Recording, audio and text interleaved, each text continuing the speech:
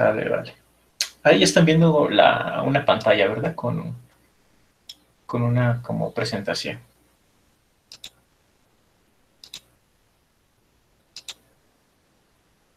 ¿Sí la pueden ver todos o...? Sí, profe, de recursión, ¿verdad? Ajá, de recursión, ajá. Precisamente este es el tema que vamos a tratar esta semana, recursión.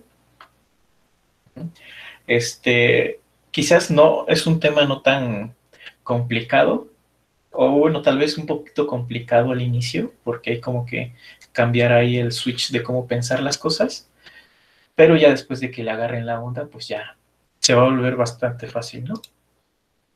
Sale. Entonces, pues básicamente la recursión pues es un otro método para resolver los problemas, en donde la solución a un problema pues depende de una propiedad en particular, que es de que el problema que tratemos de resolver se puede dividir en problemas más pequeños. Y entonces consiste en resolver estos problemas pequeños, estos subproblemas, independientemente, y después unirlos para construir una solución general, ¿no? La solución del problema general que estábamos tratando de resolver al inicio.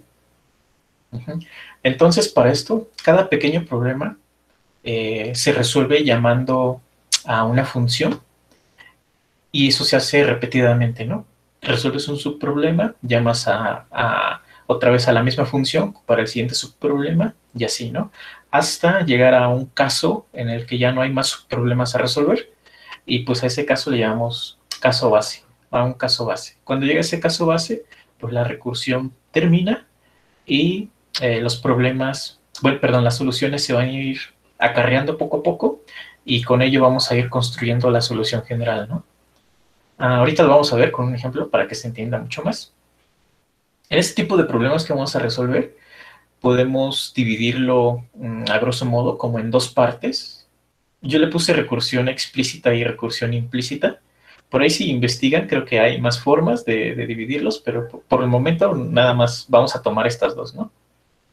Entonces, a lo que le llamamos recursión explícita, por lo general son problemas en donde la recursión ya está definida y casi típicamente son problemas, por ejemplo, secuenciales, ¿no? Por ejemplo, aquí está la definición secuencial o recursiva, vamos a decirle, del factorial, cómo se calcula el factorial, ¿no?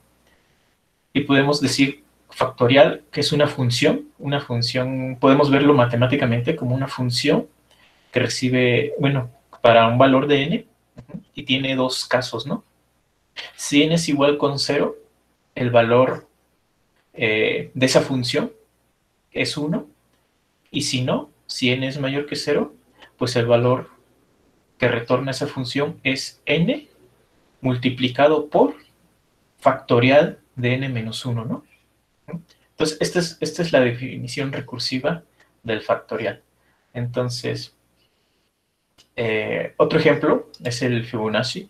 Es una secuencia de Fibonacci. Esta es muy padre porque es una secuencia muy sencilla, pero impresiona porque la puedes encontrar en muchos lados, ¿no? Por ejemplo, por ahí tiene que ver el Fibonacci con el número, con la áurea real, creo, me parece que se llama, el número real. Y Ajá, con la proporción área, ¿no? ajá, ajá, proporción áurea, ajá, y por ahí se aplica en varios lugares, ¿no? Por ejemplo, el Da Vinci lo utilizaba para sus pinturas, o lo podemos encontrar en la naturaleza, ¿no? Creo que en las flores, en cómo crecen sus pétalos y esas cosas. Entonces, es bastante interesante. Y pues la función está definida así. A veces cambia la definición de los dos primeros elementos. Por ejemplo, f de 0 puede ser 1 y f de 1, 1. Pero en este caso, está definida como f de 0 igual con 0 y f de 1 igual con 1, ¿no? Y f de n, para un número n distinto de 0 y 1, pues está definido como f de n menos 1 y f de n menos 2, ¿no? Ajá. Entonces, por ejemplo, aquí podemos ver un diagrama, un arbolito, en donde podemos encontrar las llamadas, ¿no? Recursivas para resolver algún caso en particular de n, ¿no? Por ejemplo, aquí está, para n igual con 5, ¿sí lo ven bien o lo quieren que lo haga más grande? Vamos a pegarlo acá.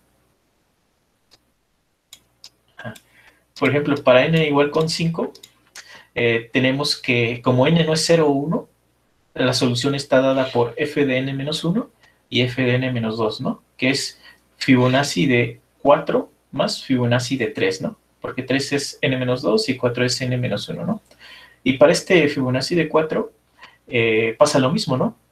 N no es 0, entonces, o 1, entonces resolvemos o se manda a llamar Fibonacci de 3 y Fibonacci de 2. Y así para cada número, ¿no? En este caso, por ejemplo, aquí f de Fibonacci de 1, pues ya es un caso base, ya tenemos un valor en particular. Y Fibonacci de 0 también es un caso base, tenemos un valor en particular, ¿no? Cuando...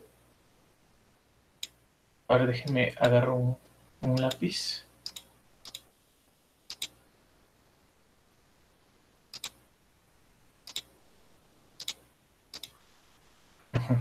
Cuando ya se terminó de completar todas las llamadas, las soluciones se van acarreando, ¿no? Pero antes podemos identificar que el problema en general, que cuando queríamos resolver f de Fibonacci de 5, la solución no era directa, ¿no? Sino tuvimos que dividir el problema en problemas más pequeños, ¿no?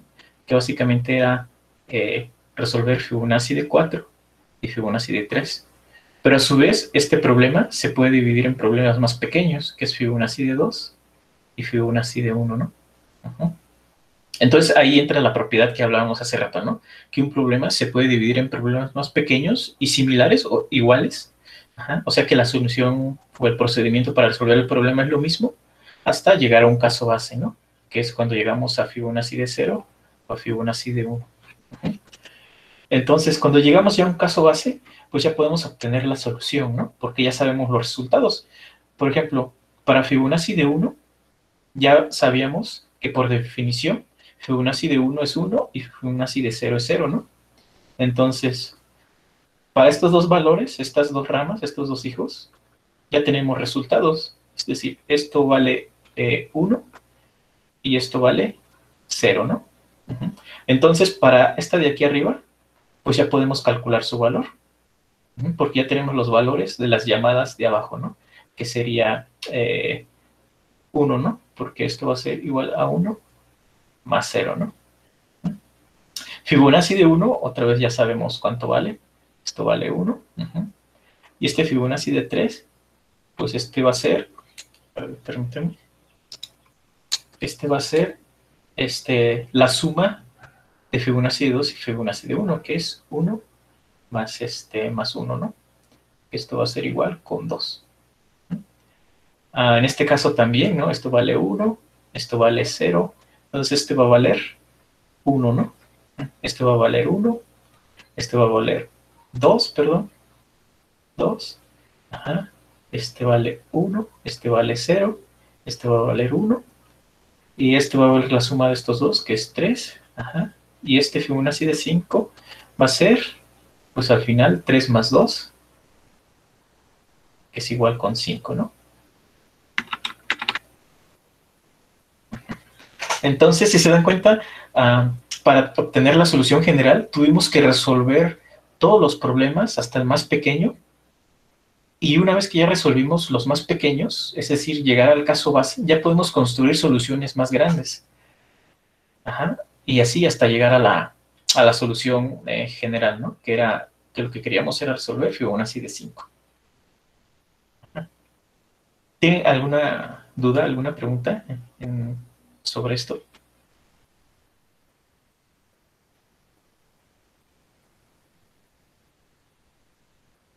¿No? Bueno, entonces vamos a continuar, ¿no? Y el otro, habíamos visto que era dos, ¿no? Recursión explícita, y el otro, el que le llamamos recursión, aquí me equivoqué, déjenme corregirlo. Recursión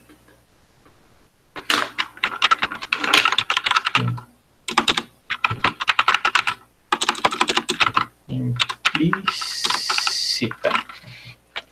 que básicamente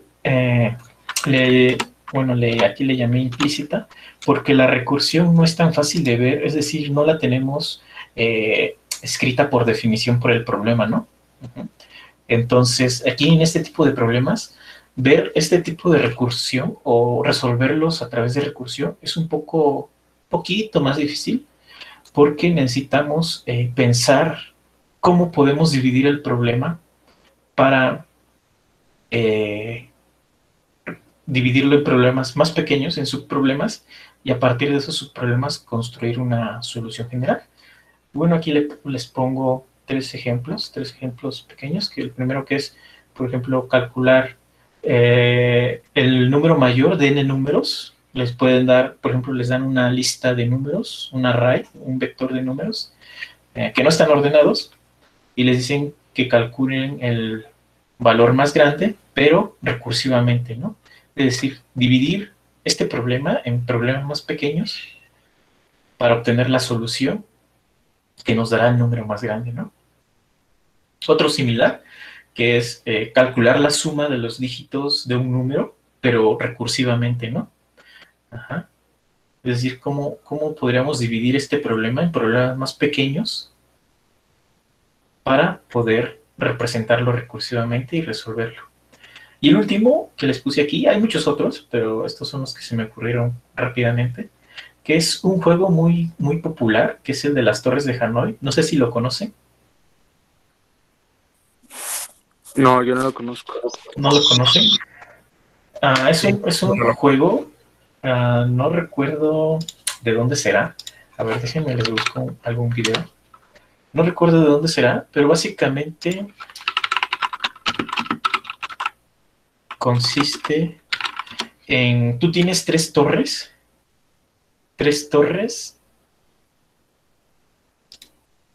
y en esas torres tienes fichas que puedes colocar en cada una de esas torres, ¿no? Pero las fichas tienen distinto tamaño. Y la cosa consiste en pasar... A ver, aquí está un video.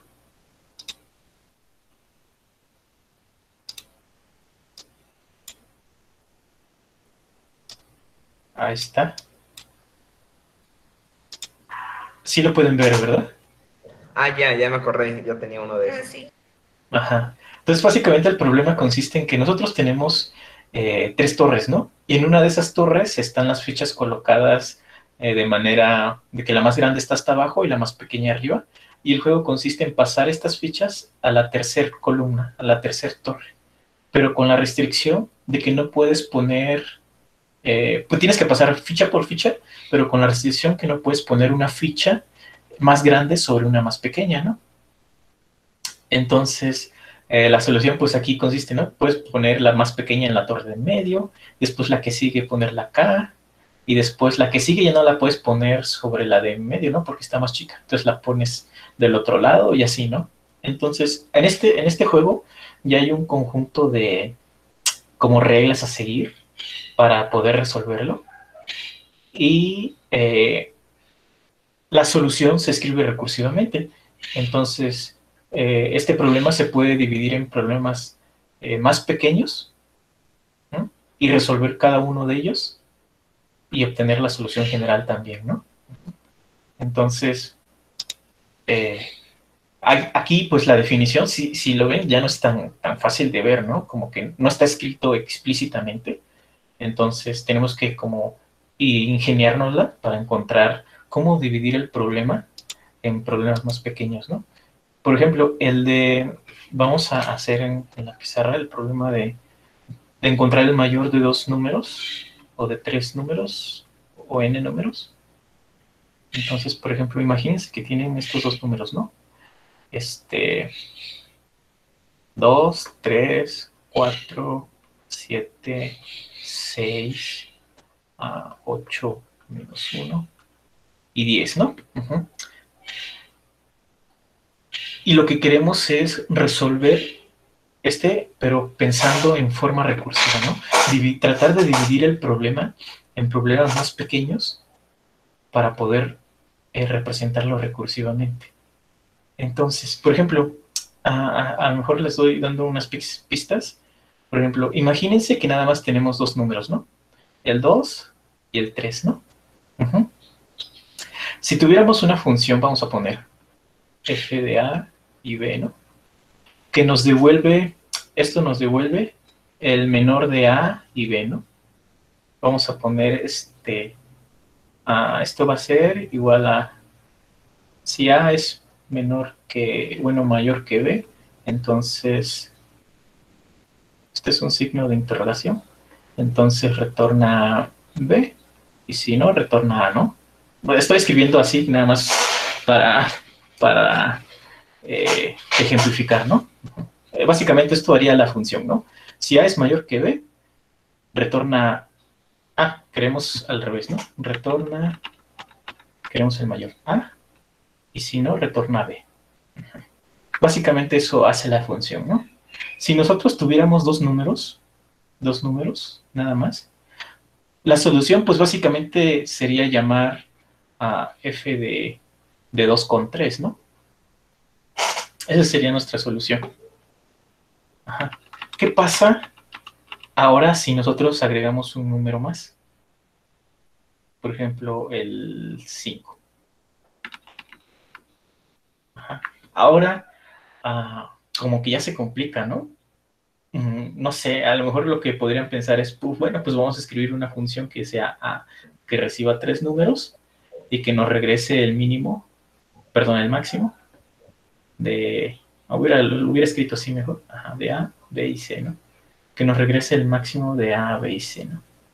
Bueno, y si agregamos otro número, por ejemplo, el 1, híjole, pues ahora tenemos que escribir otra función, ¿no? Que ahora reciba 4 números y que nos devuelva el máximo de esos 4 números, ¿no? Pero entonces aquí se complican las cosas porque por cada número que agreguemos necesitamos definir otro tipo de función, ¿no? Que reciba tantos números como necesitamos resolver. Algo en particular que se pueden fijar, voy a borrar esto mientras, es que podemos resolver el mismo problema utilizando la misma función que teníamos inicialmente. Por ejemplo, voy a escribir aquí la función, ¿no? De este lado. F de A y B va a ser igual al mínimo de A y B, ¿no? Para resolver este problema, podemos calcular, ¿qué les parece? F de estos dos, F de 2 y 3. Y después, F de estos dos, o sea, F de el resultado de arriba, que sería 2 y 3, con 5, ¿no? O sea, básicamente, esto ya es un número, que el resultado en este caso sería 3, ¿no? Entonces, esto sería equivalente a hacer f de 3 con 5. ¿Qué pasa si queremos agregar otro número? Por ejemplo, agregar el 7, ¿no? Pues ya tenemos la solución de f de 3 con 5. Aquí estaba el 1, ¿no? F de 3 con 5. Entonces, la siguiente solución, utilizando el 1, vamos a poner el 1 por acá, sería f de 2 con 3 con 5. Y luego esto le aplicamos f de esto con 1, ¿no? Entonces se va formando el arbolito, ¿no? Si agregamos otro número, pues sería este resultado, o sea, f de, perdón si me voy muy chueco, de este número, este resultado que va a estar acá, con 7, ¿no? Entonces, ¿qué está sucediendo aquí? Bueno, que estamos reutilizando la misma función para dividir el problema, ¿no? ¿Qué está pasando? ¿Cómo podemos ver el problema en general? De que para resolver el mínimo de todo esto, basta con resolver, por ejemplo, el mínimo de este número con el mínimo de los números restantes, ¿no? Pero el mínimo de los números restantes es otra solución que puede ser representada igual. O sea, podemos resolver el mínimo de 3 con lo que resta. Ajá.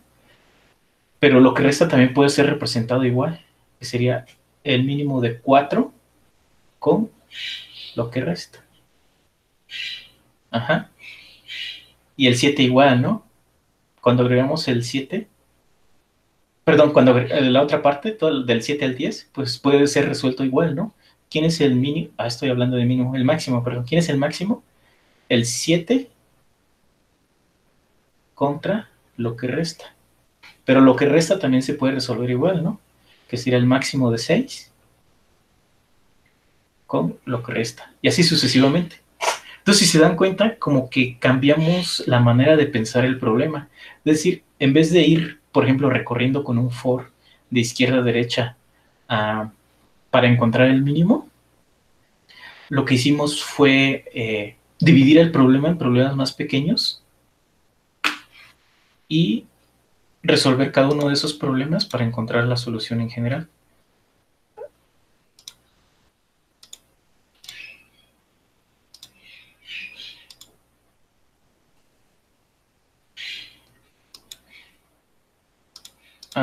¿Alguien escribió algo? Yo no. Creo que eso fue 10 minutos, ¿no? No lo vi, perdón. ¿Tienen alguna pregunta de cómo representar este problema, por ejemplo? ¿Sí se entendió? Sí, por mí sí. Todo bien. Ok, ajá. Entonces, bueno, regresando, pues vamos a enfrentarnos a estos dos tipos de problemas, ¿no? Donde la recursión ya está dada, que son siempre los más fáciles. Básicamente, nada más tenemos que escribir la solución tal cual. Y estos de recursión implícita, ¿no? Que son seguramente con los que más nos vamos a topar, porque necesitamos pensar el problema de tal manera que lo podamos dividir en distintas soluciones, ¿no? Y muchas veces, si por ejemplo este problema, si se dan cuenta, hay varias formas de atacarlos, ¿no? Por ejemplo, pudo haber sido recursivo, pudo haber sido una iteración lineal con un for para encontrar el mayor, ¿no? Pero muchas veces los problemas no pueden ser resueltos con una iteración así lineal y tienen que ser pensados recursivamente. Entonces, pues bueno, entonces aquí la idea es que vayamos entrenando nuestra cabecita para poder encontrar rápidamente en formas de poder representar este tipo de problemas, ¿no? Vamos a pasar al código. Antes de pasar al código, ¿tienen alguna pregunta sobre lo que hemos visto hasta el momento? Yo tengo la duda de si una recursión impacta mucho en el tiempo de ejecución. No. Bueno, depende de cómo está definida la recursión. Porque bueno, le voy a adelantar, este tema lo quería ver mañana.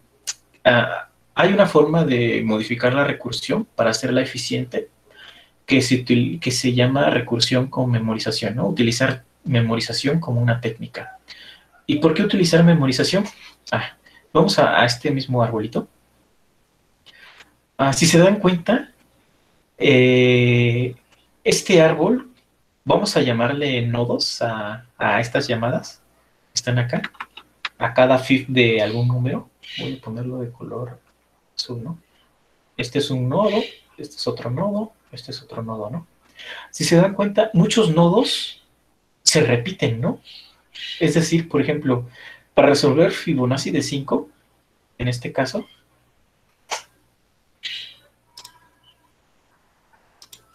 para resolver Fibonacci de 5 en este caso, en algún momento tuvimos que resolver Fibonacci de 4, Fibonacci de 4 y Fibonacci de 3, ¿no? Pero para resolver Fibonacci de 4 tuvimos que resolver Fibonacci de 3 y después Fibonacci de 2, ¿no? ¿Qué está pasando aquí? De que muchos nodos están repetidos. Por ejemplo, aquí estamos resolviendo Fibonacci de 3 y aquí también. Y, por ejemplo, aquí estamos resolviendo Fibonacci de 2 y aquí y nada más, creo, ¿no? ¿Qué pasa cuando el cálculo de estas funciones es un poco más pesado, ¿no? Estamos realizando las mismas operaciones una y otra vez. Ajá. Entonces, la idea de memorizar es que si en algún punto, por ejemplo, eh, para resolver Fibonacci de 5 tenemos que hacer Fibonacci de 4 y Fibonacci de 3. Pero primero resolvemos Fibonacci de 4, ¿no? Imaginando que resolvemos de izquierda a derecha. Ahorita vamos a ver por qué de izquierda a derecha, para que quede más claro. Entonces, Fibonacci de 4 tiene que resolver Fibonacci de 3 y Fibonacci de 2, ¿no? Entonces, primero resolvemos Fibonacci de 3. Ajá. En algún momento, cuando ya hemos terminado de resolver toda esta parte, cuando regresemos con Fibonacci de 5 para resolver Fibonacci de 3, estas llamadas que teníamos que hacer para resolver Fibonacci de 3 ya las podemos evitar porque ya lo habíamos resuelto en un punto antes, ¿no? Que sería acá. Entonces, si ya lo resolvimos antes, podemos guardar en memoria el resultado de este valor y simplemente utilizarlo aquí, ¿no? Es decir, cuando nos piden otra vez resolver Fibonacci de 3, ya no calcularlo, ya no calcular otra vez esta rama, sino directamente usar el valor almacenado que ya calculamos aquí, ¿no? Ahorita vamos a ver el orden en cómo se van haciendo las llamadas y cómo podemos memorizar, ¿no? Ya que estemos en el código. Entonces, pues sí, a veces depende de la definición del problema, de cómo si se puede volver más complejo o menos complejo que una solución lineal, ¿no? Y este tipo de problemas, por ejemplo, podemos identificar o decirle que son subproblemas. Vamos a llamarle traslapados, ¿no? Es decir, que para la solución de algún problema se tiene que calcular varias veces algunas otras soluciones, ¿no? Y hay otros problemas en donde esto no ocurre. Simplemente la solución ya está dada por alguna solución anterior, ¿no? Como es en el caso de el problema del factorial, ¿no? Que es este de aquí. Ahorita lo vamos a ver. Entonces, ¿alguna otra pregunta?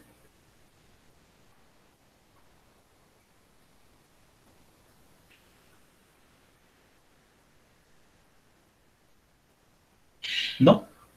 Bueno, entonces vamos a pasar al código. Aquí ya les programé la función de Fibonacci. Ahora vamos a hacerlo más grande. La función de Fibonacci, ¿no? Como les mencionaba hace ratito, este tipo de problemas no tiene mayor complicación para resolverlo. Básicamente es la implementación tal cual de la definición para los problemas de recursividad explícita, ¿no? Entonces, ¿qué hacemos acá? Nosotros definimos nuestra función, que es Fibonacci, ¿no? Si recuerdan, pues nuestra función este es el nombre de la función, el prototipo, los tipos de datos que recibe, el tipo de dato que devuelve, y adentro, pues, el contenido, ¿no? Vale. Entonces, lo primero que tenemos que escribir es lo que llamamos casos base. ¿Y por qué los casos base? Porque estos casos base son los que nos van a ayudar a terminar la recursión.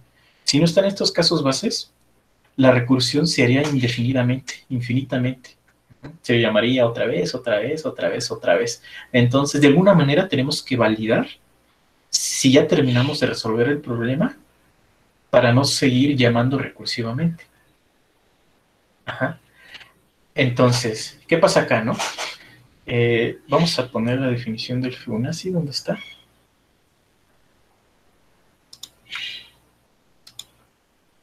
Aquí está, ¿no?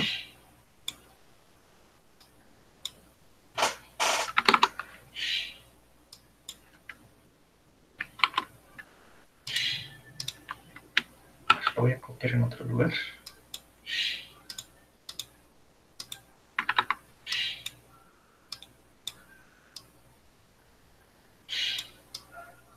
Aquí está, ¿no? Entonces, ¿qué hacemos? Tenemos nuestros dos casos bases, es decir, los casos en donde termina la recursividad. Va a terminar la recursividad, que es cuando f de 0 es 0 y cuando f de 1 es 1. Esos son nuestros casos base porque para estos valores ya conocemos el resultado, ¿no? O sea, no necesitamos hacer ningún otro cálculo. Ya conocemos el resultado. Entonces, por eso está este if en la línea 6, que si n es igual con 0 o n es igual con 1, ¿cuál es el valor que debe retornar la función? Pues 0 o 1, ¿no? Dependiendo de cuánto valga n. Entonces, por eso retorno n. Si n es 0, retorna 0. Si n es 1, retorna 1, ¿no? Y terminaría la recursividad. Terminaría de llamarse a sí mismo. ¿Qué pasa si n no es 0 o 1? Pues lo que retornamos es esta definición, básicamente. Fibonacci con n menos 1 y Fibonacci con n más 2, ¿no? La suma de estas dos. Y precisamente eso está aquí. Fibonacci de n menos 1 y aquí está Fibonacci de n menos 2, ¿no? Y listo. En algún momento este problema se solucionará y me retornará la solución. Ahorita vemos cómo. Y aquí nada más estamos imprimiendo la solución, ¿no? Entonces, si se dan cuenta, escribir este tipo de problemas es básicamente pasarlo de la expresión matemática en la que nos los den a una forma en código, ¿no? Recuerden, hasta arriba, siempre los casos base, porque eso nos van a permitir revisar cuándo van a terminar. Y si no, pues sería infinitamente el ciclo, ¿no? Y después el procedimiento.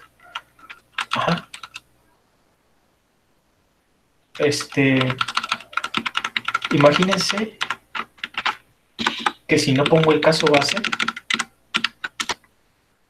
¿qué sucedería, no? Por ejemplo, si n es igual con 5, pues entraría aquí f de n con 5 y llamaría a Fibonacci con 4 y después llamaría a Fibonacci con 3, ¿no?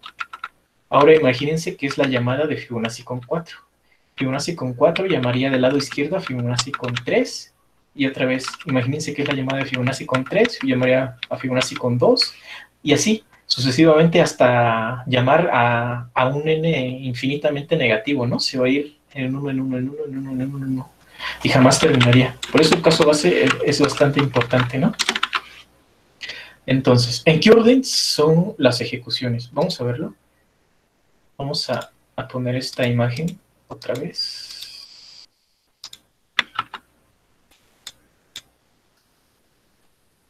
Acá.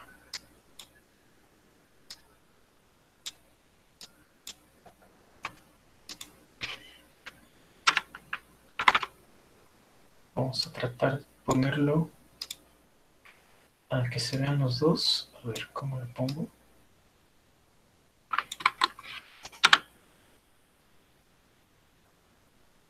Mejor así, ¿no?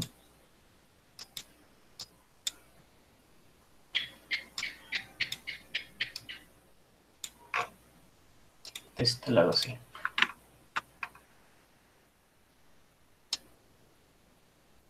Ajá. Entonces, ¿en qué orden se hacen las llamadas?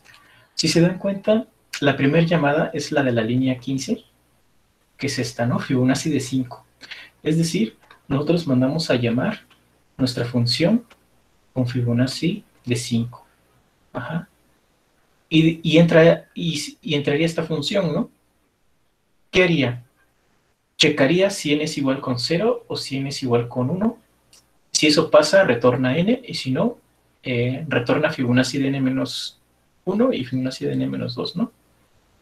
Entonces, en este punto estamos en esta función, ¿no? F de 5. Entonces, lo que retorna es Fibonacci de n menos 1. Ajá. Es decir, que manda a llamar a esta función. Manda a llamar a esta función. Y después manda a llamar a esta función. Pero ojo, ojo. Esto de aquí lo mandaría a llamar hasta que ya haya resuelto esta parte, la parte izquierda. Porque si no la ha resuelto, este segmento de código todavía no tiene un resultado. Es decir, todavía se está calculando el valor. Por ejemplo, a lo mejor podemos verlo así, ¿no? Como vamos a declarar como parte 1, parte 1,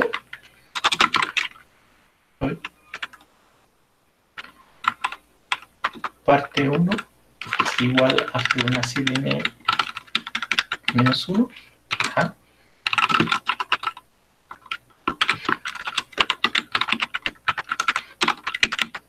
Y retornamos parte 1 más parte 2, ¿no?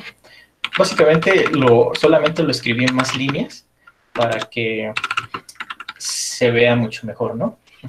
Como les decía, para llamar a la parte derecha, que sería Fibonacci de n-2, tuvo que haber que resuelto esta parte, ¿no? Es decir, porque parte 1 ya tuviera un valor, la variable parte 1, pero para que tenga un valor, tiene que resolver todas estas llamadas, ¿no?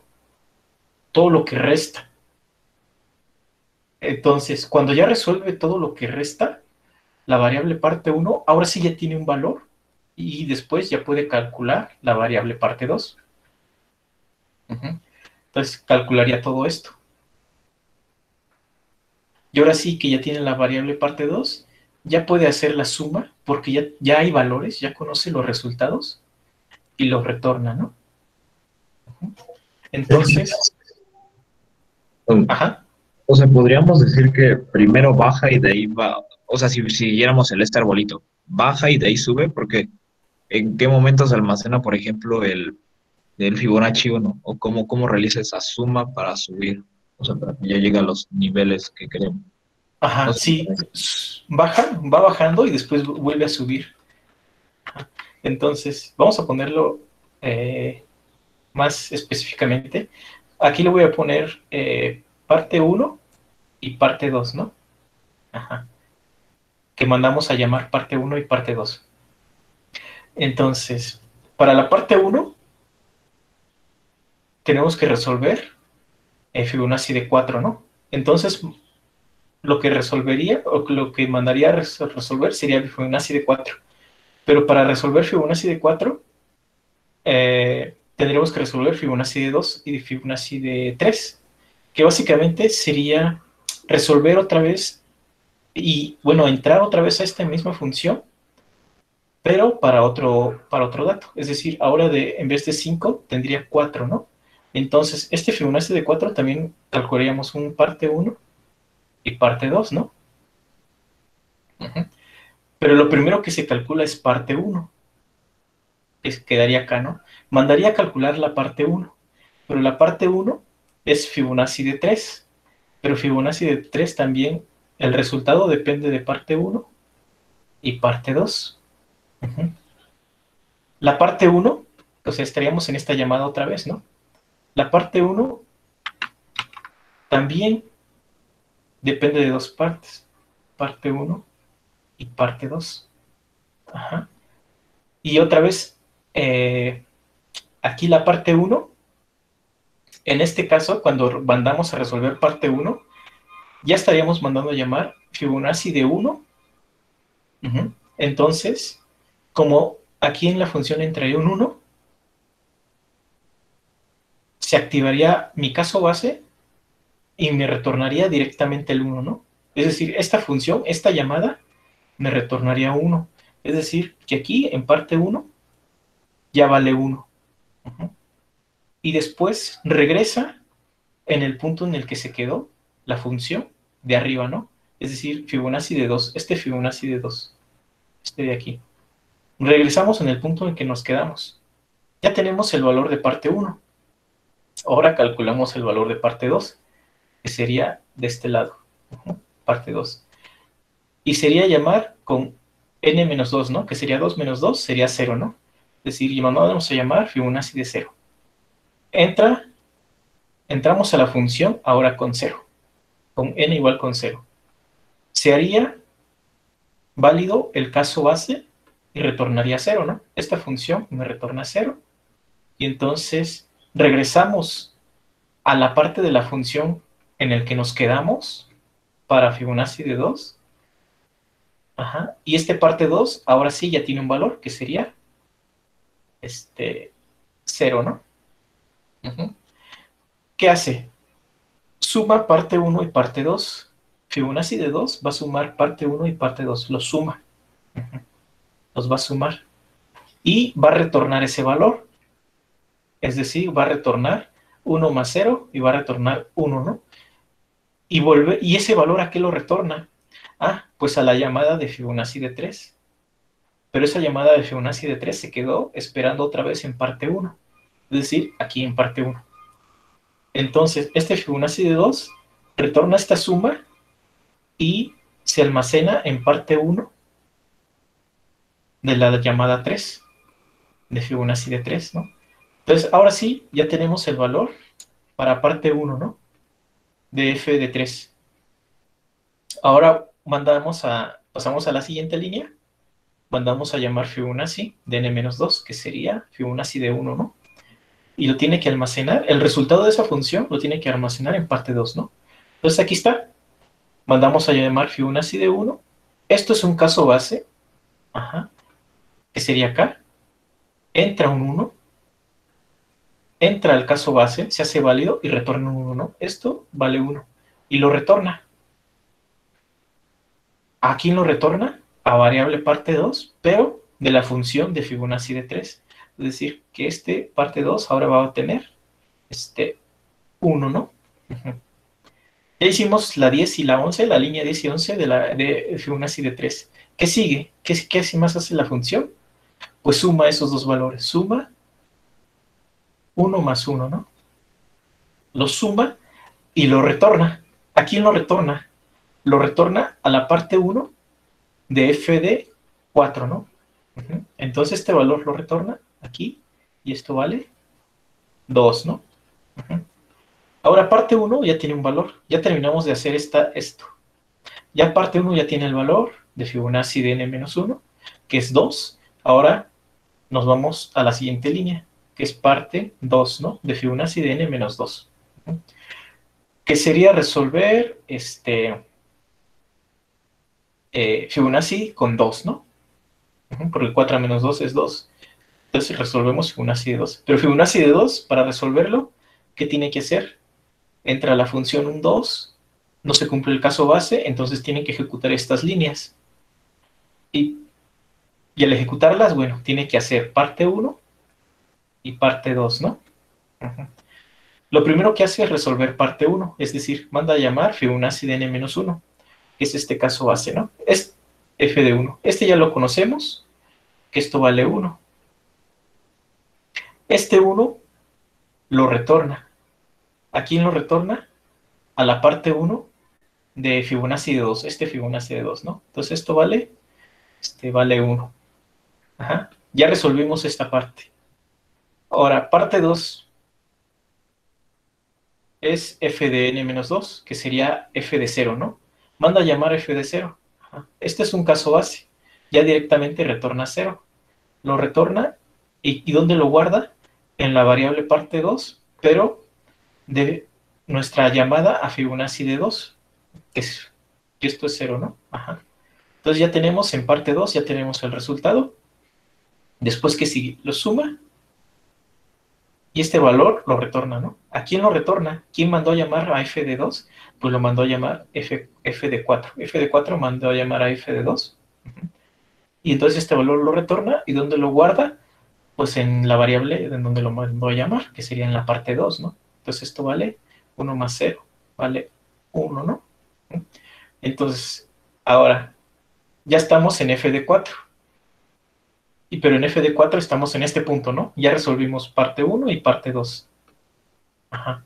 Ahora, ¿qué sigue? En f de 4, sumar los dos valores, los sumamos y los retornamos. ¿A quién los retornamos? A quien lo mandó a llamar. Lo mandó a llamar f de 5, pero lo mandó a llamar y lo guarda en parte 1, que esto va a ser 3, ¿no? Ajá, 3. Ahora sí, en f de 5 ya ya hicimos la línea 10, ya terminamos de hacer la línea 10. La línea 10 ya se hizo, ¿no? Se hizo, se mandó a resolver todo el árbol de abajo, todas las llamadas de abajo, y ya tenemos un valor. Ahora, lo que sigue es hacer la parte 2, resolver la parte derecha, ¿no? Que es Fibonacci de n-2. Entonces, mandamos a llamar a Fibonacci de n-2, que sería Fibonacci de 3, porque n es 5, 5 menos 2 es 3. Lo mandamos a llamar y se resuelve igual, ¿no? Parte 2, parte 1, perdón, y parte 2. Ajá. Llegamos a Fibonacci de 3, ¿no? Se manda a llamar. 3 es, entra aquí. 3 es 0, 1, no. Entonces lo que se hace es esto. Mandar a llamar a parte 1, a Fibonacci de n-1 y lo guardamos en parte 1, ¿no? Que sería esta llamada. N-3 menos 1 es 2, ¿no? Y esto lo vamos a guardar en parte 1, cuando se resuelva. Pero f de 2 también pasa lo mismo, ¿no? Tiene un parte 1 y tiene un parte 2. Ajá. Llega el 2 a Fibonacci de 2, ¿no? Entra el 2, no es 0 ni 1, lo que pasamos a la siguiente línea, que es parte 1, ajá, y lo que almacena es Fibonacci de n-1, que sería 1, ajá, que sería un caso base, ¿no? Manda a llamar a Fibonacci de 1, pero es un caso base, aquí va a retornar 1 y lo va a almacenar parte 1 en la función f de 2, entonces esto va a valer 1. Ajá. Ya estamos en la línea 10, en la función 2, manda a llamar a Fibonacci de n-2, es decir, manda a llamar Fibonacci de 0. Esto es un caso base, va a entrar aquí un 0, va a retornar 0, y lo va a retornar aquí a parte 2, ¿no? Entonces parte 2 va a tener 0. ¿Qué sigue? Lo suma, y esto lo retorna a parte 1 de Fibonacci de 3, que esto va a valer 1, ¿no? Ahora, ya tenemos el valor de parte 1 para Fibonacci de 3. Ahora calculamos la siguiente línea, que sería parte 2, que sería Fibonacci de 1, mandar a llamar a Fibonacci de 1. Ajá. Entra 1 a esta función, entra el valor de 1, se cumple el caso base, esto retorna 1, ¿a quién lo retorna? A la variable parte 2, ¿no? Que es donde se guarda el dato de la función que se me mandó a llamar. Ajá. Ya estamos en la línea parte 2 de la función Fibonacci de 3, que sigue, lo sumamos y lo retornamos, ¿no? Lo sumamos y lo retornamos. ¿A quién lo retornamos? Pues a quien lo mandó a llamar, ¿no? ¿Quién lo mandó a llamar? Pues la función de Fibonacci de n-2, que se almacena en parte 2, es decir, guardaría 2. Ajá. Y ahora ya tenemos parte 2 para la función de Fibonacci de 5, lo suma 3 más 2, que esto no me da 5, y lo retorna. ¿A quién lo retorna? A quien mandó a llamar a Fibonacci de 5. ¿Quién lo mandó a llamar? Esta línea, la 19. Y ya terminamos, ¿no? Regresa al 5 y se imprime. Entonces, si se dan cuenta, las funciones quedan como a medias, ¿no? Es decir, no se termina de ejecutar toda la función y de repente ya estás ejecutando el código de otra llamada recursiva y te quedas en un estado pausado, vamos a decirle. Y salimos de ese estado en pausa hasta que ya tenemos el resultado, porque si no, no podemos continuar. Y una vez que ya tenemos los resultados, pues ya proseguimos con las siguientes líneas de código hasta resolver el problema. Espero que haya quedado un poco, bueno, bastante claro de cómo es que se van haciendo las llamadas, porque tener claro de cómo se va creando este arbolito de llamadas es bastante importante, ¿no? Para poder aprender recursividad. ¿Tienen alguna duda hasta aquí? Yo tengo una pregunta. Ajá. Por ejemplo, en este problema, pues es más o menos sencillo ver cuáles son los casos base, porque son los que están hasta el final, ¿no? Vemos que son los de los extremos. Sí. Pero supongo que ha de haber problemas en los que no nos van a poner algo así tan fácil, sino que vamos a tener que saber de alguna manera cuál es el caso base. Sí, exactamente. Entonces, ¿hay alguna manera de saber cuál es el caso base? Porque, por ejemplo, yo estaba haciendo la prueba a ver si funcionaba, si hacía el caso base como 2, porque pues dije es 1, así que tal vez igual me funcione si lo pongo como caso base, pero Ajá. pues no me funcionó. Entonces, ¿hay alguna manera de precisamente saber cómo, o saber identificar cuáles serían los casos base? Te debió haber funcionado. Te debió haber funcionado. Porque si Fibonacci de 2, o me lo voy a poner de otro color aquí encima. Si Fibonacci de 2 es un caso base, pues ya no hace esto, ¿no? Como es un caso base, retorna directamente el valor del caso base. Es decir, esto desaparecería, ¿no? Esta llamada desaparecería, estas llamadas desaparecerían, estas llamadas desaparecerían. Ujú. O sea, los Sí, casos eso bases. pensé, Ajá. esa era mi lógica, pero creo que el problema está en que cuando estemos en Fibonacci de 3,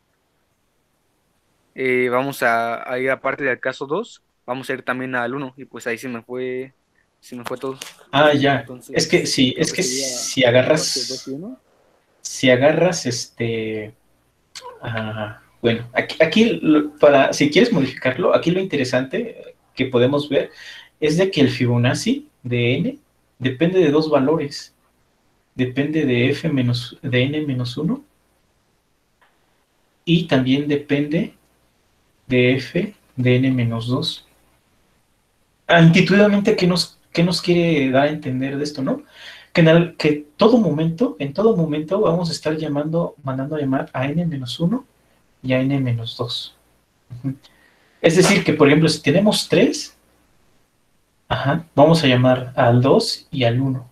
Si tenemos 4, vamos a llamar al 4, perdón, al 3 y al 2, ¿no? ¿Qué nos da a entender aquí? De que a fuerzas necesitamos dos casos base para resolver el problema. Por ejemplo, si tus casos base son, ah, por ejemplo, vamos a llamarle, lo voy a poner en otra hoja porque no me cabe. Podemos modificarla, ¿no? Que para n igual con, vamos a decirle 3 es igual con 5. Para f de n igual con 2 es igual con, vamos a ponerle 7 nada más por modificarle. Y para f de n igual con, con algún otro dato es igual a, podemos modificarlo, ¿no? 2f de n menos 1 por, o menos 2f, o vamos a ponerle 3f de n menos 2, ¿no? Entonces, básicamente, este n, en algún momento quieras o no, n menos 1 y n menos 2 van a llegar a valer 3 o 2, en algún momento con cualquier n. Entonces, a fuerzas vamos a tener que agregar dos casos bases, ¿no? Y claro, en este caso nuestro problema cambia porque esto funciona solamente para números mayores a o iguales a 3, ¿no? ¿Qué pasa si le das un 1? Pues no funciona, ¿no? Porque no está definido. No está definido qué pasa cuando n es igual con 1. Ajá. Entonces, este sería como para n mayor a 3. Ajá. Bueno, y si queremos que para n con 1 exista, pues tendríamos que agregarlo como caso base, ¿no? F de n igual con 1, que sea igual a 8. No sé. Ajá. Pero bueno, ya depende mucho de cómo esté formulado el problema. Pero aquí lo importante era de que, por ejemplo, tú tienes dos valores posibles para n, ¿no? Dependiendo de tu llamada. Bueno, tienes como dos posibilidades al hacer las llamadas recursivas. Y esas posibilidades son hacer n-1 y n-2. Es decir, que a fuerzas siempre vas a tener números consecutivos. 3 y 2, 8 y 5, 8 y 7, perdón, 5 y 4. Siempre vas a hacer llamadas de números consecutivos. Entonces, por lógica, tu caso base tiene que ser dos números consecutivos, ¿no? Si quieres modificar el problema o hacer un problema similar. Pero sí, a veces eh, es un poco difícil encontrar los casos bases, ¿no? Ya que agarras práctica se vuelve más fácil, ¿no? Pero, por ejemplo, en estos dos problemas, por ejemplo, el calcular el mayor de n números recursivamente, si les preguntara cuál es el caso base, ¿cuál me dirían que es el caso base?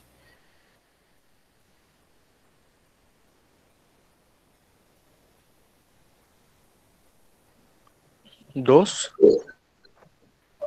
Pero ahora sí que el 2, ¿qué te significa? ¿Cuando este 2 o cuando haya dos elementos o cómo? No, el 2 es el caso base. El número 2. Este número. Sí. Y si te doy otros números, O sea, el mínimo es cuando hay dos números, ¿no? O sea, porque ahí sí aplicamos la función como si fuera mínimo de AB, de ahí vamos construyendo, según entiendo, ¿no? exactamente.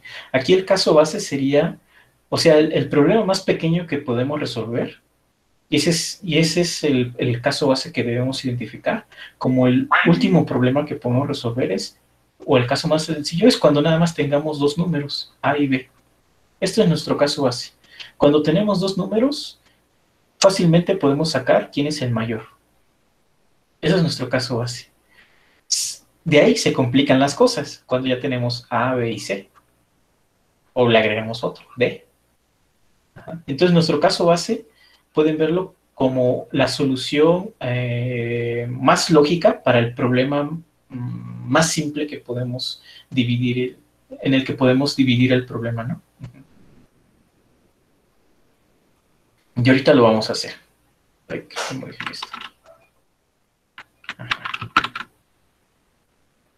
¿Alguna otra pregunta? Hasta aquí.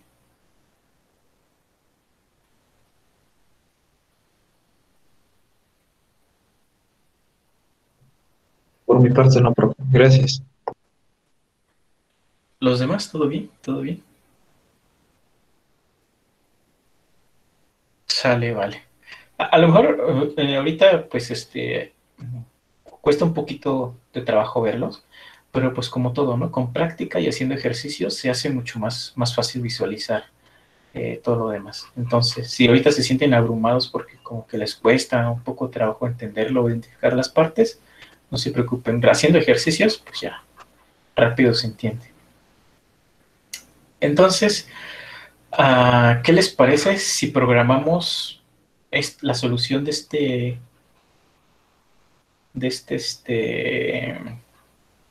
este problema del mínimo para ver cómo se resolvería, ¿no? A ver, voy a crear un archivo.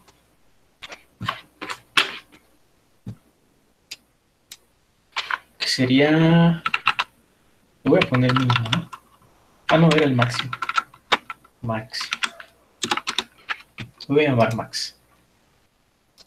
Voy a copiar las definiciones. Y voy a modificar esto, ¿no? Lo voy a llamar máximo. Máximo. Y bueno, el problema consiste en que necesitamos encontrar el máximo de varios números, ¿no? De varios números. Pero entonces, pues, de alguna manera los necesitamos almacenar, ¿no? Entonces vamos a imaginar que están dados en un vector.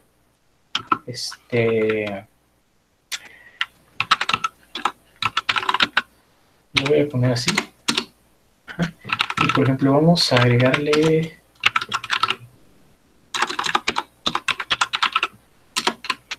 algunos números, ¿no? Por ejemplo, vamos a agregarle el 3. Vamos a agregar por lo mientras, vamos a agregarle 4 números. El 2 y el 8. Y bueno, pues máximo, ¿qué hace? Nos retorna, perdón, lo que recibiría sería pues todos los números, ¿no? Necesitamos encontrar todos los números, de todos los números, ¿cuál es el mayor? Y vamos a imaginar que iniciamos resolviendo, así como lo hemos visto, el problema desde izquierda a derecha, ¿no? Es decir, resolver el mínimo de la posición 0 perdón, el máximo de la posición, de la primera posición, más, o bueno, con el máximo de lo que resta resolver lo siguiente, ¿no? Es decir, que iniciamos, vamos a decirle que iniciamos en la posición 0, ¿no? Ahorita vamos a ver. Ahorita va cobrando sentido esto. Este es un vector.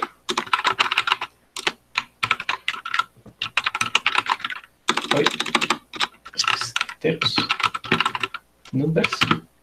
Y vamos a decir que empieza en la posición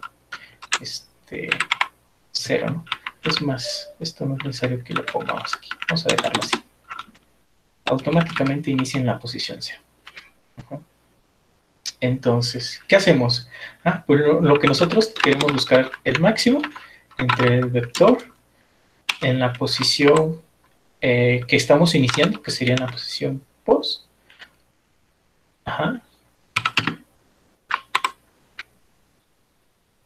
Contra lo que resuelva nuestra función de máximo de los números, pero de los elementos que siguen, es decir, de la posición siguiente, que sería la posición, posición más 1, ¿no?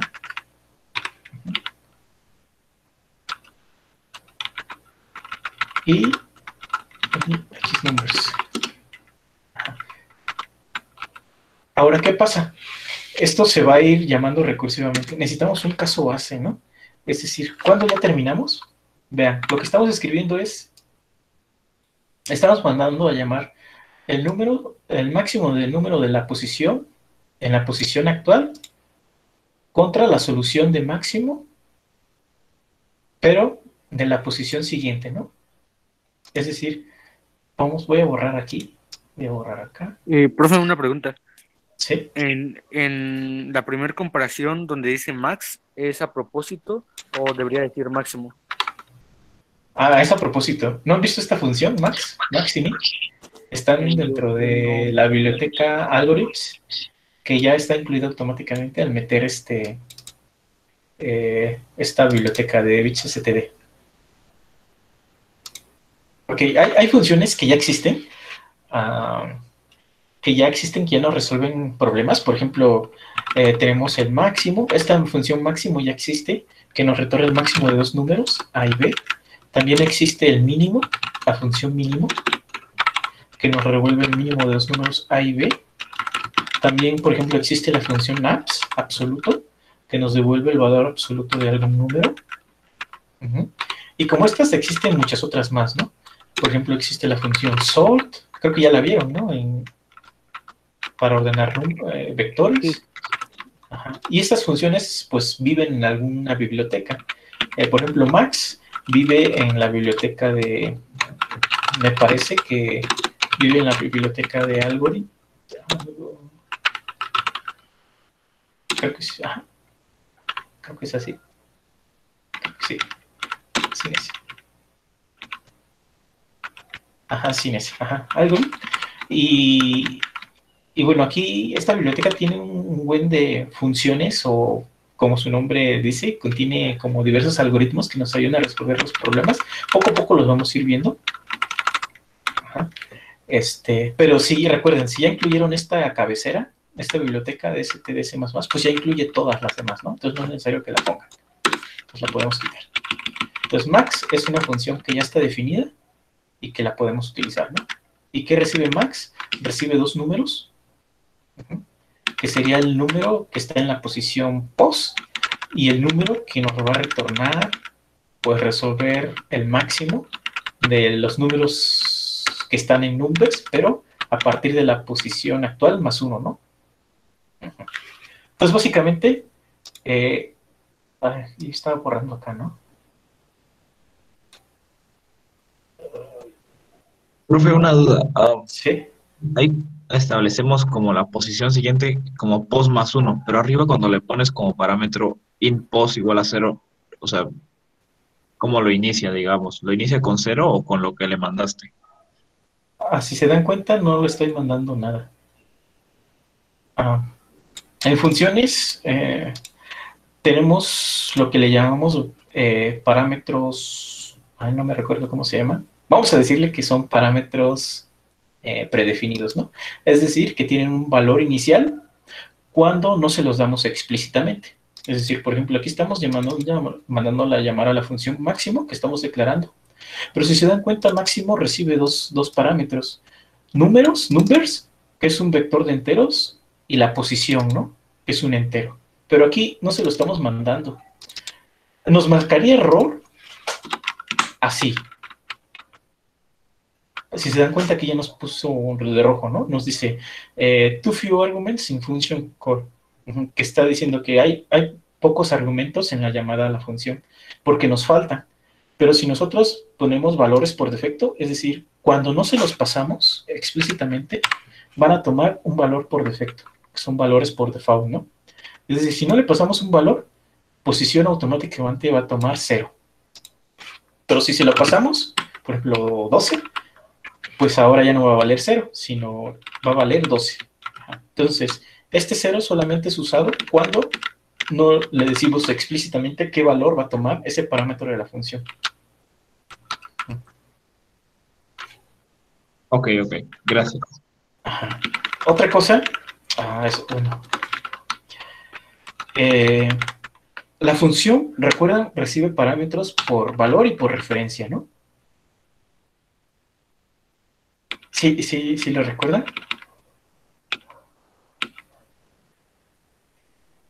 Una función recibe parámetros. Sí, recuerdo lo de parámetros. Referencia es como lo que estamos haciendo de que está dentro de max, ¿eso se refiere? Más o menos. Referencia es la posición de memoria del vector, ¿no? Exactamente, es la posición de memoria. Ajá. Es decir, ¿qué pasa si no le pongo, el quiz rápido de hoy? ¿Qué pasa si no le pongo el ampersand aquí en numbers? Este numbers es el mismo de aquí abajo. No es distinto. Son y si le pongo el ampersand, ¿qué sucede? Tendría la ubicación de todos los elementos del vector. Tendría la ubicación del dónde inicia en memoria esa variable. Entonces, vamos a pausar esto un ratito, a ver si nos da tiempo, si no lo continuamos mañana. Vamos a pausar esto un ratito, ¿no? Esto es muy importante porque a veces se va en tiempo las soluciones por estos pequeños errores que obviamos, ¿no? Y ahorita vamos a ver por qué. Vamos a declarar otra vez máximo. Esta vez vamos a declararlo void. Máximo de esto es un vector de enteros. Y vamos a declarar otra función que nos va a imprimir un vector, ¿no? El vector de enteros numbers. Vamos a declarar un for numbers.size y pues los incluimos out numbers. Hay varias formas de recorrer. Vamos a agregarle un espacio. Hacemos un salto de línea y en máximo vamos a nada más a modificar numbers de 0.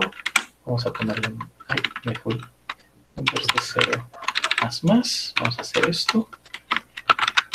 Numbers de 1 más. Entonces tenemos estos dos números. Mandamos a llamar, en este caso no retorna nada, máximo de numbers. Mandamos a llamar así, Pero antes vamos a mandar a imprimir print vector numbers y lo imprimimos después, ¿no? Ajá. Así a ojo, a simple vista, así como está declarado, ¿qué creen que pase con estos números? Vamos a quitar con estos dos números, nada más así. Nada más modificamos la posición 0 y 1. ¿Qué creen que pase? ¿Qué creen que imprima el primer print vector? ¿Y qué creen que imprima el segundo print vector?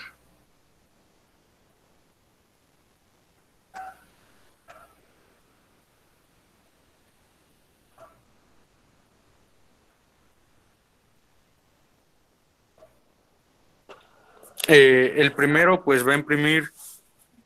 Oh, no, perdón, no. A ver, es que no estoy seguro. Porque pues, pero sí, dilo. Lo que sí creo es que pues el primero va a imprimir un vector más largo que el segundo. Un vector más largo que el segundo. O sea, ¿Por qué? el mismo vector, pero va a escribir una sección más larga, más amplia. En cambio, en el segundo, en la segunda impresión, pues ya tenemos, o sea, iniciamos desde más adelante. Yo creo que es por eso que se imprime una sección más pequeña del vector. Ok. ¿Alguien más tiene alguna otra idea?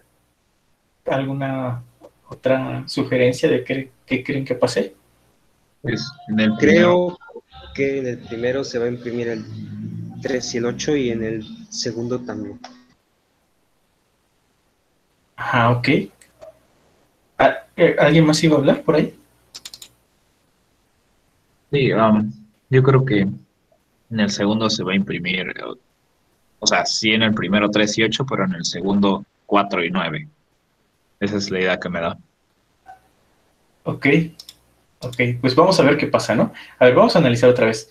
¿Qué hace print vector? Simplemente recibe un vector de números y los imprime, ¿no? Imprime uno en la misma línea cada vez, separados por este espacio, y al final nada más agregamos un salto de línea para, pues para que esté abajo las siguientes impresiones, ¿no? Después se manda a llamar a máximo de numbers. ¿Qué hace máximo?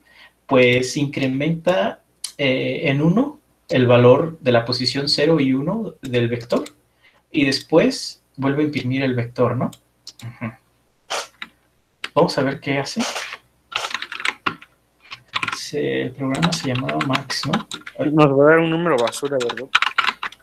En la segunda ocasión. ¿Será? Pues no. Imprimió 3 y 8 y 3 y 8, ¿no? Por ahí alguien sí acertó, ¿no? Bueno, no acertó, sino sí identificó bien. Nos imprime 3 y 8 y 3 y 8. Ahora la pregunta es, ¿por qué? Creo, es que al declarar al supuestamente pasar del vector a la función de máximo, o a ver, puede subirle, no sé cómo se llamaba, por favor, le puede subir ahí, es como si estuviéramos, no sé, declarándolo ahí, bueno, es lo que creo, y por eso es que no, o sea, está haciendo otra cosa con otro vector que está en su función, pero cuando ponemos el ampersand, pues es como si le estuviéramos diciendo que vamos a buscar la ubicación de ese vector, y como el vector no es global, está en la función main, lo va a buscar al main y ya tiene ahora sí que su ubicación en memoria, y ahora sí ya puede hacer los cambios. Yo creo que si el vector numbers fuera global, creo que igual y sí se puede hacer el cambio, porque pues está todas las funciones, pero como no es global, lo voy a ir a buscar desde donde está. Ajá, exactamente. No lo busca en el main, sino lo busca en memoria, ¿no? O sea, busca en dónde se guardó en memoria. Entonces, precisamente lo que dijo bueno, no me fijé quién habló, pero precisamente lo que dijo es que nosotros estamos mandando a llamar print vector y le estamos mandando este vector, ¿no? Pero, si se dan cuenta, la variable que le estamos pasando aquí se está haciendo lo que le llamamos paso por valor. Es decir, que esta variable lo que va a hacer es, va a contener los mismos valores .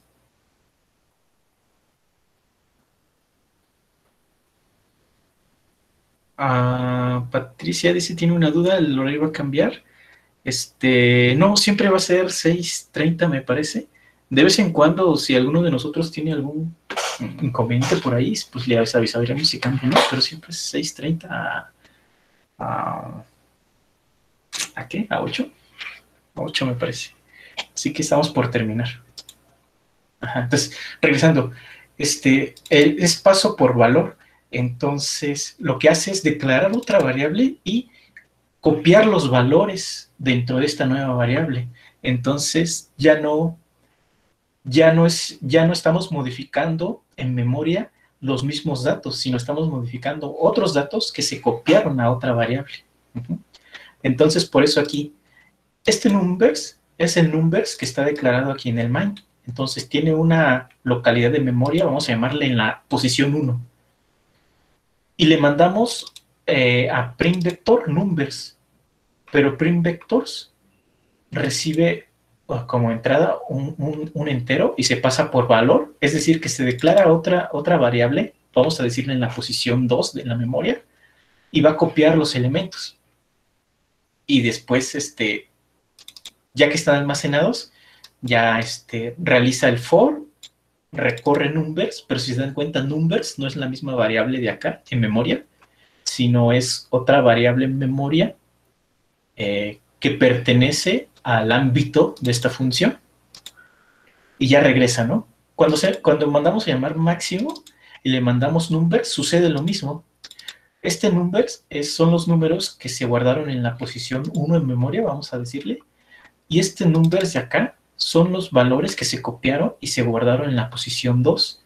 Entonces, estos incrementos se realizan sobre los valores que se guardaron en numbers, pero numbers está en la posición 2 de memoria, que pertenece al ámbito de esta función máximo.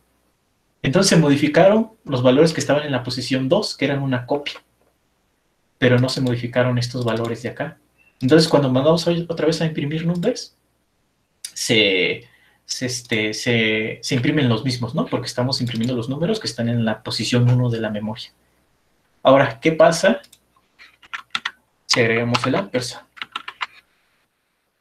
Bueno, ahí ya es otra historia, ¿no? Con esto le estamos diciendo que los valores ahora se están pasando por referencia. Es decir, le estamos diciendo que ya no copie los valores en otro lado para utilizarlos dentro del ámbito de la función, sino utilice los mismos valores que están en memoria.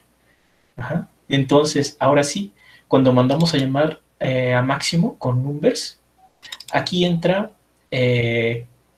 a incrementar estos dos valores, pero estos dos valores ahora sí son los que están en la posición de memoria 1, que dijimos que eran los mismos que declaramos acá, ¿no? En la función main. Por eso en el siguiente print, que estamos imprimiendo numbers, o sea, los números que inician en la posición 1 en la memoria, ya se imprimen incrementados, ¿no? 4 y 9. Entonces, esto es importante porque cuando estamos trabajando con llamadas recursivas, a veces pasamos vectores y son vectores un poquito grandes a veces. Entonces, en cada llamada, si se dan cuenta, se está copiando una y otra vez. Algo que pues tiene un costo computacional, es decir, el copiar los números en memoria y trabajar con ellos, ¿no? Y después que ya no se usan, pues liberarlos y así.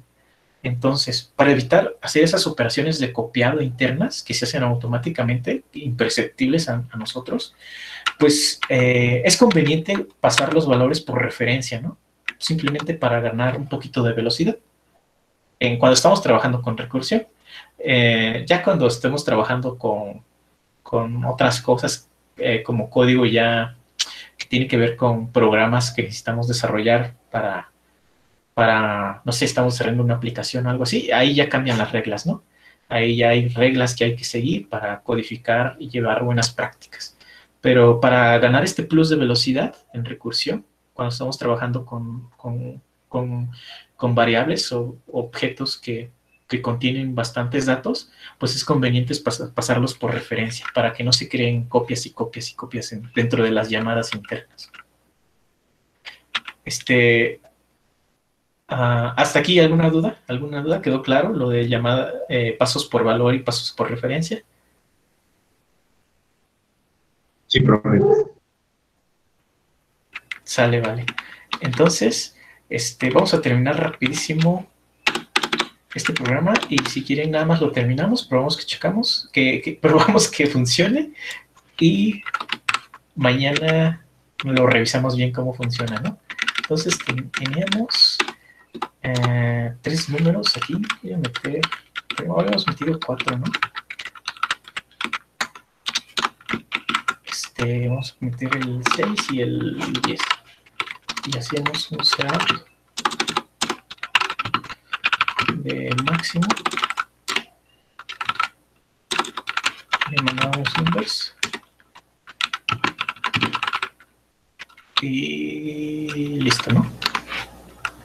Entonces, nuestro caso base es cuando nada más nos quedan 2 elementos, es decir, cuando estamos en la llamada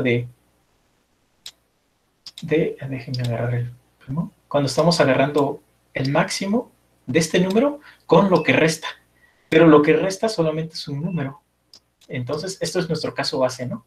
Cuando estamos en esta posición y mandamos a resolver máximo de este número con lo que resta, pero lo que resta nada más es un número, ¿no?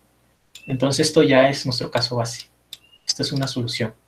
Entonces, ¿cómo sabemos que estamos en esa posición? Si la posición es igual con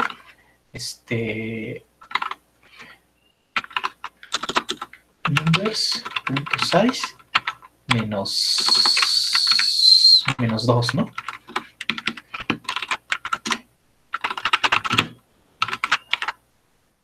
De numbers de pos contra numbers de pos más 1, que sería la siguiente posición, ¿no? Así. Y si no, pues mandamos a llamar los demás, ¿no? Si es size de n-2, por ejemplo, si aquí son 3, 6, 7, 8, son 8 elementos, ¿no? Ahí déjenme agarrar mi lápiz. Son 8 elementos. 8 elementos. Entonces esta está en la posición 0, 1, 2, 3, 4, 5, 6, 7. Ajá. Entonces, si son 8 elementos, numbers.size me va a decir que son 8 elementos, ¿no? Entonces, si la posición es 8 menos 2, 6, y estamos en la posición 6, pues ya quiere decir que estamos comparando estos dos. Ajá. Entonces retornamos numbers de posición 6 y posición 6 más 1, que es 7, ¿no? Ajá. Vamos a ver si funciona. Esperamos que sí. G++. Salió un error.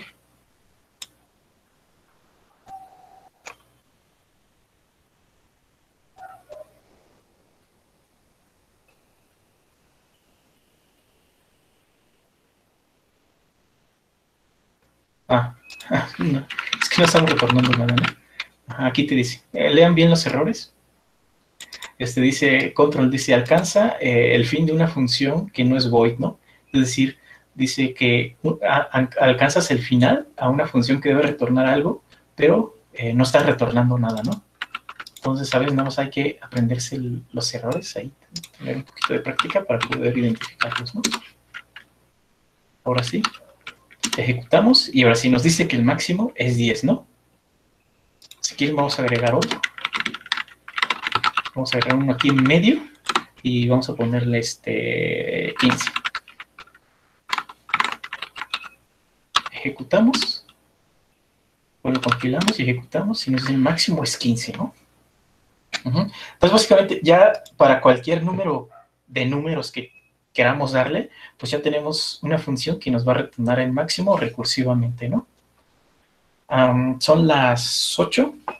Si quieren, ¿hasta aquí alguna duda? Mañana, si quieren, vemos el árbol de llamadas con un dibujito para ver cómo se están haciendo las llamadas, para ver la recursión mucho más visualmente, cómo se hace, así como lo hicimos con el Fibonacci, para que quede mucho más claro.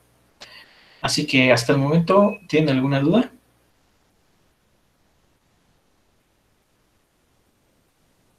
Profe, no es referente al tema, pero con mañana nos vemos, ¿se refiere al jueves o mañana tenemos sesión? Sí, perdón, el jueves.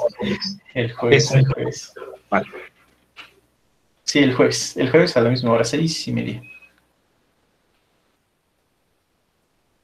Gracias. Ujú. Vale, entonces, ¿alguna duda? ¿Algo que no les quedó claro?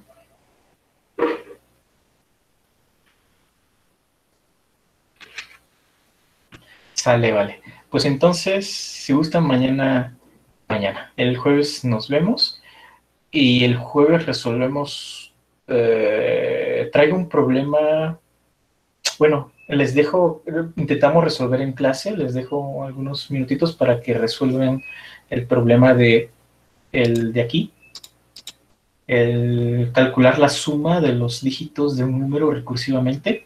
Quizás no que lo codifiquen, sino como la idea en papel, que ya lo puedan hacer. ¿Alguna idea? Así con dibujitos, así como lo hicimos aquí, ¿no? La idea era, tomamos este número y resolvemos este, el máximo de este número con el máximo de lo que resta, ¿no? Pero esto también se puede dividir el problema, ¿no? Que sería el máximo de este número, que sería el 3, con lo máximo de lo que resta. Ajá. Entonces, aunque no lo codifique, que puedan representarlo, bueno, dividir el problema así en subproblemas, porque ese es el truco. Y si nos da tiempo, pues codificamos algo un poquito más difícil, que es el de las torres de Hanoi, que es un poquito más difícil, pero cuando lo logren entender, pues ya, ya es un gran avance, ¿no? Si lo logran entender bien, ya la recursividad, ya de aquí en adelante, ya se les va a hacer bien fácil. Así que pues, Profe, ajá. perdón, entonces en la clase siguiente es en la que vamos a intentar resolver en dibujo los dos primeros. ¿O Este es ya tu lo tarea? resolvimos. Este ya lo resolvimos, ¿no? Ah, cierto. Sí, sí. Este es el que les voy a dar algunos minutitos. Si quieren, vayan pensándolo de una vez. Y si no, pues hasta la sesión siguiente lo vemos. Les damos unos minutitos y me platican sus ideas de cómo intentan resolverlo. Y si nos da tiempo, pues hacemos ¿no? Entre todos. Este de aquí, el de las torres de Hanoi. Claro, y vamos a revisar el árbol de llamadas de esto, ¿no? Para que quede más claro al inicio. Ok. Sale, vale. Y antes, bueno, antes de ver el árbol de llamada, vemos el tema de memorización, ¿no? Cómo memorizar aquí en Fibonacci. Rapidísimo, que es muy sencillo, ¿no? Cómo memorizar las llamadas. Y listo. Sale. Pues sí, si ya no tienen alguna duda, pues nos vemos la siguiente sesión. Y pues gracias por asistir. Nos estamos viendo. Me quedo otros 5 minutitos. Si alguien tiene alguna duda que quiera platicar personalmente, pues aquí me quedo unos 5 minutos. Y si no, pues hasta el jueves. Bye. Chao. Gracias, profe. Hasta el jueves. Nos vemos. Gracias, profe, un gusto. Buena noche. Hasta luego, hasta luego. Jueves. Hasta luego.